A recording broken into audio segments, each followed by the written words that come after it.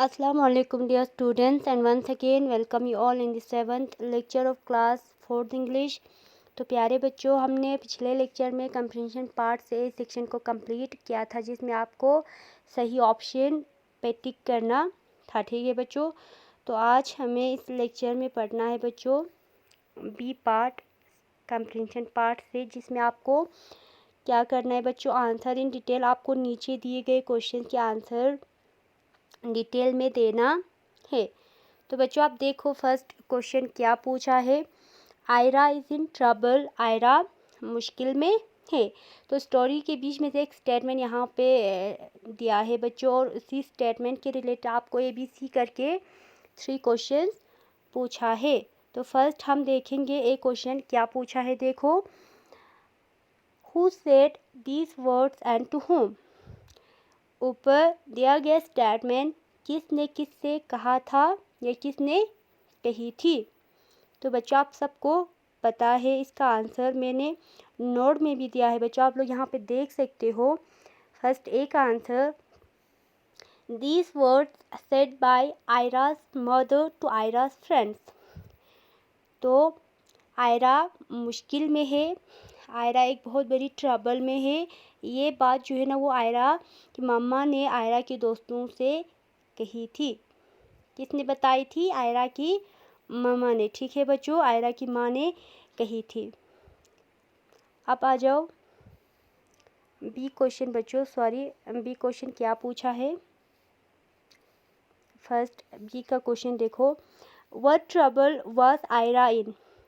कौन सी मुश्किल में आयरा थी? आयरा की सबसे बड़ी ट्रबल क्या थी? बच्चों आप सबको आंसर पता है, आप यहाँ पे देख भी सकते हो बच्चों। फर्स्ट बी का आंसर यहाँ से यहाँ तक है, Ayra couldn't read, this was a big trouble for her। Ayra पढ़ नहीं सकती थी, ये आयरा के लिए एक बहुत बड़ी ट्रबल थी। ठीक है बच्चों, तो सबसे बड़ी ट्रबल क्या थी? आयरा को पढ़ना नहीं आती थी, आयरा पढ़ना नहीं जानती थी। अब सी क्वेश्चन देखो बच्चों, फर्स्ट सी का क्वेश्चन क्या पूछा है, what was the speaker solution to the problem. बच्चों पहले आपको यहाँ पे समझना है, यहाँ पे who is the speaker here, यहाँ पे स्पीकर कौन है। So the speaker here is Aira's mother. ठीक है, स्पीकर यहाँ पे कौन है? आयरा की मम्मा। ठीक है, तो यहाँ पे क्या क्वेश्चन पूछा है बच्चों? क्वेश्चन ये पूछा है कि जो स्पीकर है उसने प्रॉब्लम का क्या हल दी थी। ठीक है, आयरा की मम्मा ने आयरा के दोस्तों से क्या बात कही थी जिसकी वजह से आयरा की जो ट्रबल है वो दूर हो सकती है। तो बच्चों आपको फर्स्ट सी का आंसर यहाँ से यहाँ तक लिखना है, the speaker here is Aira's mother. Solution to the problem was that Ira's friend should help her to read and write। जो आयरा की जो दोस्त है बच्चों,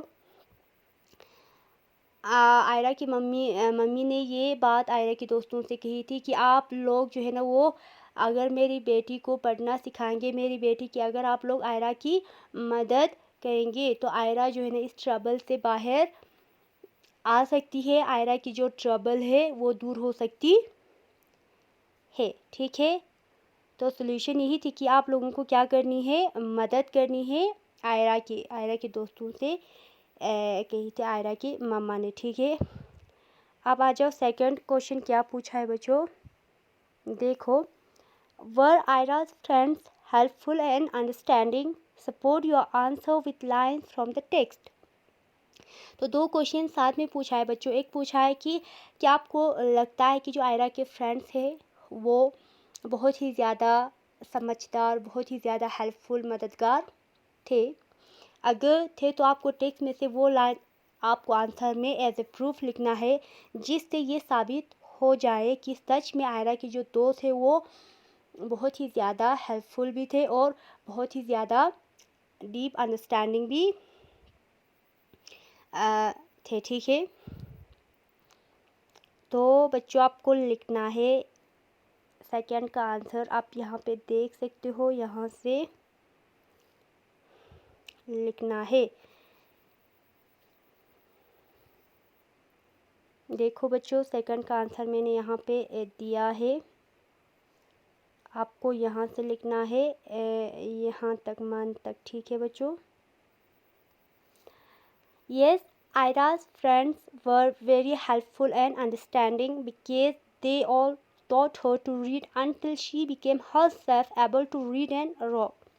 Due to her friends' days and night efforts, she became able to read within 1 month. बच्चों मैंने यहाँ पे due to नहीं लिखा है, प्लीज़ आप लोग यहाँ पे लिख लेना due to। ठीक है, तो यहाँ पे बच्चों आंसर जो है ना आपको लिखना है। हाँ, मैं एग्री करती हूँ, मैं पूरी तरह से सहमत हूँ। मुझे सच में लगता है कि जो आयरा के जो फ्रेंड्स हैं वो बहुत ही ज़्यादा रियल में, हकीकत में बहुत ही ज़्यादा हेल्पफुल और अंडरस्टैंडिंग फ्रेंड्स थे, क्योंकि फ्रेंड्स की बदौलत ही आयरा इस काबिल हो गई थी कि वो विद इन 1 मंथ में ही आयरा में इतनी चेंजेस आ गई थी। दोस्तों की एफ़र्ट्स की वजह से, दिन रात की कोशिश और मेहनत की वजह से, आयरा की दोस्तों की वजह से आयरा को पढ़ना भी आ रही थी और थोड़ा थोड़ा लिखना भी आ रही थी। ठीक है बच्चों, तो दोस्तों की बहुत ही ज़्यादा दोस्तों का कंट्रीब्यूशन रहा बच्चों।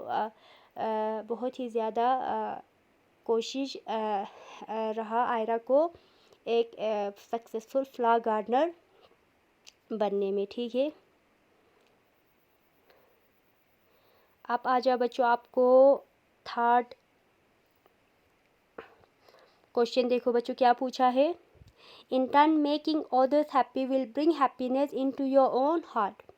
तो फिर से स्टोरी के बीच में से एक स्टेटमेंट यहाँ पे बच्चों दिया है, जिसमें पूछा है, जिसमें कह रहा है कि जब आप दूसरों को